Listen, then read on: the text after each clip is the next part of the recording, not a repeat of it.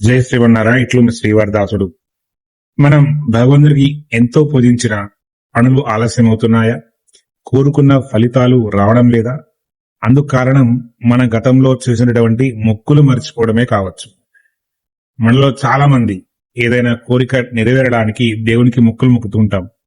నా పని జరిగితే కొబ్బరికాయ కొడతాను, వ్రతం చేస్తాను, దేవాలయానికి వెళ్లి దర్శనం చేసుకుంటాను అని సంకల్పం చేసుకుంటాం. కానీ కోరిక నెరవేరిన తర్వాత కాలం గడిచే కొద్దీ ఆ మొక్కును మర్చిపోతాం. అలా తీర్చనటి మొక్కులు మన ఆధ్యాత్మిక సాంప్రదాయంలో సంకల్ప భంగంగా భావించబడతాయి.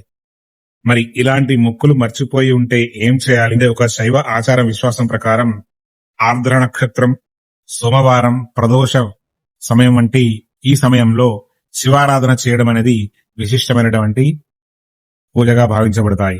నందీశ్వరుడి సన్నిధిలో మనస్ఫూర్తిగా క్షమాపణ కోరుతూ కొబ్బరికాయ సమర్పించడం కూడా ఒక పరిహారంగా భావించబడతాయి. స్వామి, నేను తెలిసి తెలియక చేసినటువంటి మొక్కులను మర్చిపోయి ఉంటే నన్ను క్షమించండి, నా సంకల్పాన్ని నెరవేర్చుకునేటువంటి శక్తిని ప్రసాదించండి అని భక్తితో ప్రార్థించడమే. ఇక కొన్ని ఆచారాలలో ఆ శ్రీ మహావిష్ణువు కలియుగ ప్రత్యక్ష దైవం శ్రీ వెంకటేశ్వర స్వామిని శరణి వేరి నువ్వే దిక్కు, నా అపరాధాన్ని క్షమించి నన్ను రక్షించు అని వేడుకోవాలి.